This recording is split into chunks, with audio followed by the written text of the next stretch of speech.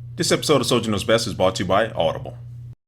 Hey, what's up guys? Soldier Knows Best here. This video I'm about to talk about iOS 6 and also just the future of the iPhone in general. Now, I've been using iOS 6 on my iPad and iPhone for a little over a month now, so I got a good feel for it, but really it's not that much to get a good feel for. Now, Apple has updated and made some little tweaks to the different settings, and they have made, Siri is smarter, is able to look up more information. Not totally faster, but it is smarter. And little tweaks, as far as your lock screen info now you can send a text to, if you want to ignore a call, you can send a text to them telling you're in the meeting and different things like that. So Apple has made a lot of different tweaks and enhancements to iOS 6, but it still doesn't have that one thing to make you go, I really want that, or when the next iPhone comes out, just like Siri was, when they announced Siri in iOS 5, that was the main big thing. Even though a lot of people still don't use it on a daily basis, like I think a lot of people were thinking they were, it still is one of those cool features where you can point to it and say, this is in iOS 5, this is why it's different in iOS 4, and this is why you want to get iOS 5 or get a new iPhone.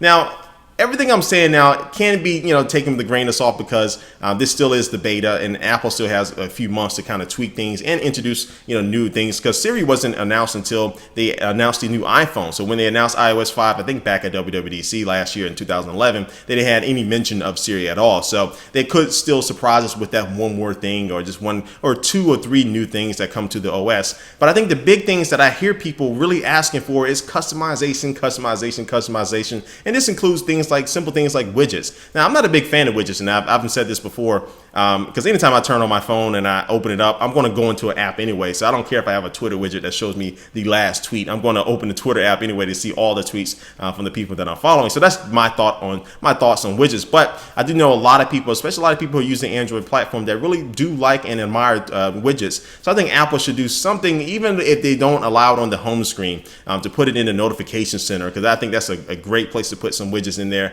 and allow developers to make some third-party widgets in that little screen there. And I think that for the most part, Apple has its core iOS users, just like me, who I still prefer the iPhone over any other phone out there. And it's really not for anything that makes it a phone. It's not for the screen. It's really not even for the camera and all that stuff. To me personally, it's the applications. And as long as the iPhone still has the best apps, that's going to kind of keep me in their corner as far as that cell phone is concerned. But there are extremely better phones out there, hardware-wise and even software-wise, as we saw with the Galaxy S3, which just has a lot of cool ton of new features there. Now, I'm not bashing Apple. This is just an observation that I've made, because again, I'm still going to use the iPhone until I see a cell phone operating system release better and more consistent apps than Apple does. But I do understand that Apple is not going to be able to wow us every single time they announce or release a new product. I think a lot of people get their hopes up, and Apple kind of lets them down because their expectations were this high. So even if Apple doesn't, when they release the next iPhone probably in October or so, if it doesn't completely make me sit back in my seat, which is kind of rare because normally they can do that, I'm not going to hold Apple too badly for that, because over the past 5 years, there hasn't been one company out there that has released as many, exciting and new products. I'm not talking about inventions, but exciting and new products out there that people have wanted to get, and it kind of changed the game. So everything being said, I think iOS 6 still needs one or two new features to it to really make it special, and I'm confident that Apple will do that in this September, October timeframe when they finally do announce the latest iPhone or the new iPhone. But for now, I think iOS 6 is more like a jelly bean update for Android. So again, these are just my thoughts. And a lot of things could change between now and October or the fall timeframe when the new iPhone comes out, but this is kind of just how I see things right now. So anyway, guys, before we head out of here, let's going to take one last look at our sponsor for this video.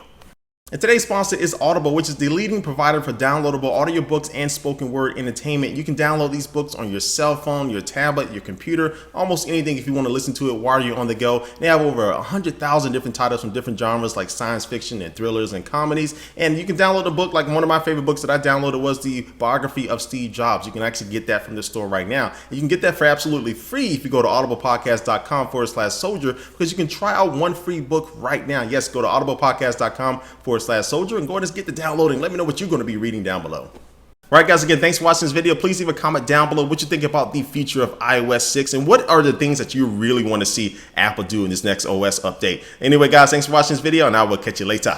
Peace.